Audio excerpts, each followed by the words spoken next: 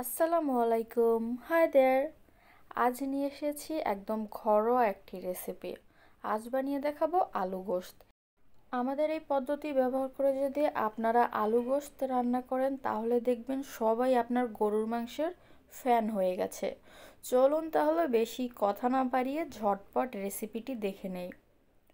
প্রথমে একটা পাতিলে আমি 1 কেজি গরুর মাংস দিয়ে দিচ্ছি। এখানে চর্বি হাড্ডি সব সহই মাংস রয়েছে। এবার এতে 1 কাপ পেঁয়াজ কুচি অ্যাড করলাম, 2 টেবিল চামচ রসুন কুচি,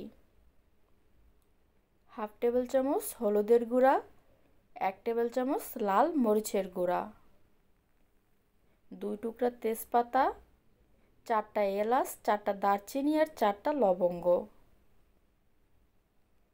এবার এতে দিয়ে দিব স্বাদমতো লবণ আর 4 টেবিল চামচ সয়াবিন তেল। আপনারা যারা নতুন এসেছেন তারা প্লিজ চ্যানেলটি সাবস্ক্রাইব করে দিবেন। এবার দিয়ে দিচ্ছি 1 চামচ আদা বাটা। এখন ভালো করে মশলাগুলো মাংসের সাথে মিশিয়ে নিচ্ছি আর চুলাটাও অন করে দিয়েছি। আর এতে অ্যাড করে নিচ্ছি হাফ টেবিল চামচ জিরার গুঁড়া। এখন মাংস থেকে পানি বের হয়ে যাওয়া পর্যন্ত মাংসটাকে ঢাকনা দিয়ে ঢেকে মিডিয়াম আঁচে রান্না করে নিতে হবে। আমি ভালো করে মিক্স করে ঢাকনা দিয়ে দিলাম। ভিউয়ার্স, মাংস থেকে পানিটা বের হয়ে গেছে। আমি ঢাকনাটা তুলে এখন এই পানি দিয়ে মাংসটাকে 3 থেকে 4 মিনিটের মতন কষিয়ে নিব, যতক্ষণ না পর্যন্ত মাংস থেকে ভাজা ভাজা একটা ঘ্রাণ আসছে। ভিউয়ার্স, আমার মাংসটা কষানো হয়ে গেছে, খুব সুন্দর একটা ভাজা ঘ্রাণ চলে এসেছে। এবার আমি এতে দিয়ে দেব 2 কাপ পানি, মাংসটাকে আরও ভালো করে কষিয়ে নেওয়ার জন্য। 2 কাপ পানি দিয়ে এটাকে ঢাকনা দিয়ে রেখে দিতে হবে। মিডিয়াম আঁচেই কিন্তু আমি পুরো রান্নাটা করে নেব। আমি এখানে 2 কাপ পানি দিয়ে দিলাম, তারপর ভালো করে একটু নেড়ে এখন ঢাকনা দিয়ে আবারও অপেক্ষা করতে হবে।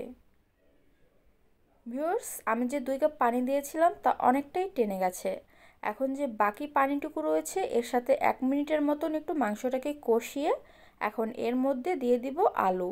আমি এখানে আধা কেজি আলু চৌকোনা করে বা 4 কোনা করে কেটে নিয়েছি। আপনারা চাইলে আলুটা স্কিপও করতে পারেন, তবে যেহেতু আলু গোশত তাই আলু তো দিতেই হবে। আর যদি আপনারা আলু মাংসের সাথে খেতে পছন্দ না করেন তাহলে স্কিপ করবেন। আমি আলু দেওয়ার পর আবারও 2 মিনিট এটাকে কষিয়ে নিব। ভিউয়ার্স, 2 মিনিট হয়ে গেছে। এখন এতে আমি অ্যাড করে নিব 3 কাপ পানি মাংসটা সিদ্ধ করার জন্য। মাংসটা একটু শক্ত ধরনের, এর জন্য আমি এটাকে প্রেসার কুকারে দিয়ে দেব তাড়াতাড়ি ঝটপট সিদ্ধ করার জন্য। আমি প্রেসার কুকারে ট্রান্সফার করে দিচ্ছি। এটা প্রেসার কুকারে ঢেলে দিয়ে 3টা সিটি দেওয়া পর্যন্ত হাই ফ্লেমে রান্না করে নেব। ভিউয়ার্স, প্রেসার কুকারে রান্না হয়ে গিয়েছিল, আমি আবারও আগের সেম পাতিলটাতেই ঢেলে নিয়েছি। মাংসটা সিদ্ধ হয়ে গেছে। সবশেষে এতে দিয়ে দিচ্ছি 1 চামচ টালা বা ভাজা জিরার গুঁড়া। এখন 2 মিনিটের মতন ঢাকনা দিয়ে অপেক্ষা করব। ভিউয়ার্স, 2 মিনিট হয়ে গেছে, আমার মাংসটা একদমই রেডি। এখন চুলাটা অফ করে সার্ভ করে নেব। কতটা ঝটপট আর অল্প সময়ের মধ্যেই দেখুন আলু গোশত তৈরি হয়ে গেছে। এইভাবে যদি আপনারাও রান্না করেন তাহলে কিন্তু সবাই আপনার হাতের রান্না খেতে অনেক বেশি পছন্দ করবে। আপনারাও বাসায় তৈরি করে আমাদেরকে কমেন্ট করে জানাবেন যে খেতে কেমন হয়েছে। Thank you so much. ইনশাল্লাহ নেক্সট ভিডিওতে দেখা হবে। এই ভিডিওটা ভালো লাগলে লাইক অ্যান্ড শেয়ার করবেন। আল্লাহ হাফেজ।